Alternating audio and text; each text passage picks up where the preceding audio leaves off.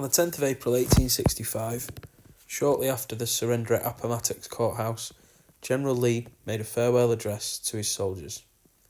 In it, he said, "After 4 years of arduous service, marked by unsurpassed courage and fortitude, the Army of Northern Virginia has been compelled to yield to overwhelming numbers and resources."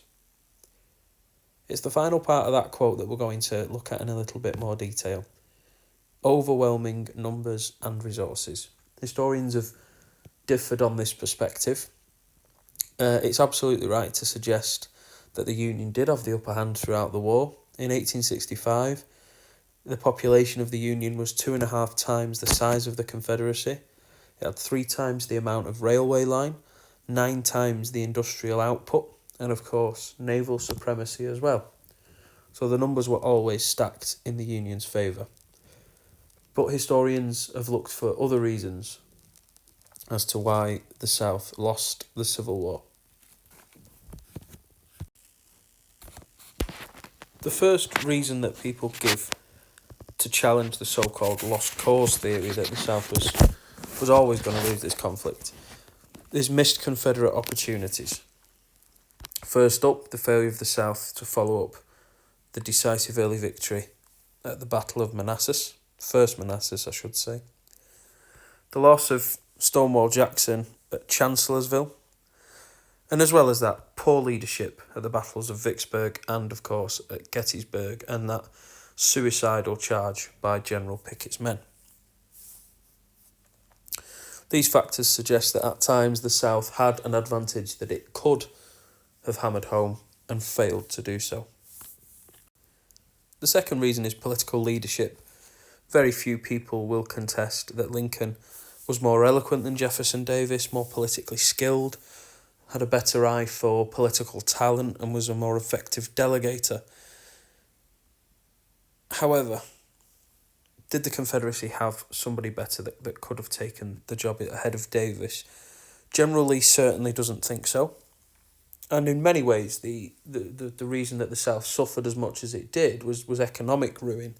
And a lot of that was down to the success of the Union blockade rather than a policy failure of the Davis administration.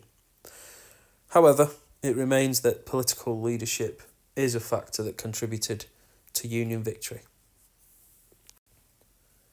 As well as political leadership, we could consider military leadership as well. Now, many consider Lee to be the most skilled Civil War general, certainly of the Confederacy, and possibly of either side. However, some historians have pointed out the flaws in the so-called offensive-defensive strategy. The strategy was defensive in that it aimed to protect as much Confederate territory as possible, and offensive when opportunities arose. And so, some historians have suggested that maybe Lee's attacking mindset was to blame. A long, drawn-out war did not suit the Union. It would have exhausted their will as well as their resources if the Confederacy hadn't lost so many men.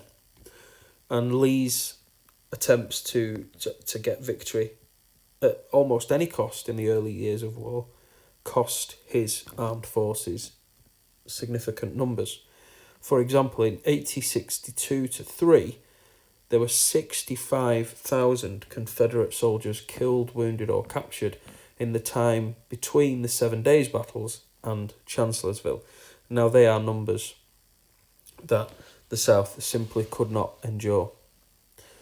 However, historians that have suggested that the South should have followed a more defensive strategy maybe want to look at the career of Joseph Johnston during the Civil War. His retreat only hardened Northern morale and made victory seem much closer. When he surrendered land to preserve Confederate lives in Georgia in 1864, it led to a disastrous siege and surrender of the capital, Atlanta, later in that year. Now, there are examples that a conventional war was not fought in certain areas and that guerrilla tactics were employed.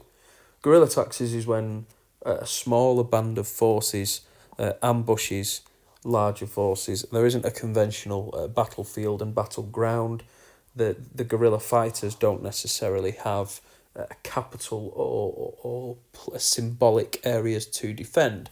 They sort of ambush the onrushers at the right times, at the appropriate times. There is examples of guerrilla fighting in Missouri, Tennessee, Florida, and Virginia. Now, actually, those examples show quite brutal fighting and heavy losses. Now, on the one hand, historians have argued that a conventional war suited the North because of its superior resources, both in terms of men, industrial output, and the navy as well. However, the Confederacy was never going to win the recognition of foreign countries fighting a guerrilla war. A guerrilla war would have meant that they would have had to surrender land, and with it, people who had been enslaved on that land, and symbolic landmarks too. And so, for logistical and practical reasons, the South had to follow a conventional war strategy. A further criticism of Lee has been his reliance on Virginia, where the Confederacy focused men and resources. On the right, you can see the sheer amount of battles that took place in the state alone. However, we can't really blame Lee for this supposed neglect by the Confederate government, the Confederate military effort in the West. Remember that General Lee was the commanding officer of the Army of Northern Virginia, and therefore his primary, in fact only concern, is the sort of the eastern front of the war. And so if we could blame anybody for neglecting the Western Front, it's President Davis. Now, Lee was quite clearly the most effective of the Confederate generals, and in the war effort on either side, Davis wasn't able to provide that same level of leadership in the West. On the left, we've got Albert Sidney Johnston, who couldn't stop the Union advance through Tennessee and the Cumberland River in 1862. Next on our list, second from the left, is Braxton Bragg, best known for quarrels with comrades and subordinates. Third from the left is Joseph Johnston. We've talked of him previously and his temptation for retreat. And then finally on the right is John Bell Hood, whose brief time in command of forces was disastrous, and of course was famously referred to by Lee as all of the lion, none of the fox. And I guess what we can say about the Confederacy is the Army of Northern Virginia was well led, disciplined, and followed a clear strategic objective, whereas on the West, we didn't get the same level of command from the Confederate officers. Whilst there wasn't a consistency amongst the Confederate generals, after some early difficulties, the Union found a winning combination in Ulysses Grant and William Sherman. Grant shown on the left and Sherman on the right. First, we'll talk about Grant, who rose to national prominence, taking Vicksburg in 1863, led the entire Union force from 64, and he is often credited with having the determination and in some ways the bravery to follow a total war strategy in the face of huge losses. Now, public opinion wasn't always particularly favourable of Grant for that reason. However, because the Union had superior numbers to rely upon, in the long term, the Union strategy changed to a more offensive outlook and put Lee on the back foot as a result. For Sherman, his march through Georgia and the Carolinas, particularly taking the capital of Georgia, the city of Atlanta, damaged Confederacy morale and the psyche of the Confederacy as much as it did affect the military strategy logistically. So whereas on the one hand we can criticise some of the Confederate leadership, the Union force, the Union war effort seems to find a winning combination as the war wears on in Grant and Sherman. We're going to spend a little bit of time now talking about the will of the Confederacy. And, well, first up we'll talk about what Herman Hathaway said in his book, How the North Won. It was pathetic letters from wives, sweethearts and mothers that induced many a tired rebel soldier to give up and desert. Confederate nationalism had been too romantic and too flimsy. We're going to try and challenge some of the views of Hathaway in just a second. First of all, let's talk about nationalism. And I thought, to represent nationalism, we will put up a picture of the Confederate flag. Now, if you were to Google the term Confederate flag, what you would most likely find is what many people believe to be the flag of the Confederacy, but in fact it is not. The flag that you often see used today and referred to as the Confederate flag is the battle flag of the Army of Northern Virginia. Very similar to the second national flag that you see on the screen there. In fact, the first national flag was referred to as the Stars and Bars, and you can see that on the left. And you can quite quickly see why that is going to be problematic on a battlefield, because it is very similar to the Stars and Stripes. And so, battle flags were used in its stead. And so the flag that is often referred to as the Confederate flag is not the flag of the Confederacy, but the battle flag of the Army of Northern Virginia. Similar to the second national flag that you will see there, used between 1863 and 1865. And then finally the third national flag on the right, another variation of that. Now, the challenge to Hathaway here when he talks about soldiers deserting from the Confederate forces is that Southern nationalism can very much explain the beginning of this war, more so than it can the end of it. Prior to the 1964 election, it was Union morale that was at an all-time low, and that was after months of losses that the Confederacy had suffered for years. And so it's difficult to see how we can justify Southern will being the reason for the war ending. Remember that in 1861, 500,000 men volunteered to fight for the Confederate Army. And actually, nationalism is a reason as to why the war went on for as long as it did, rather than a reason for the war ending. There's little evidence of religious doubt.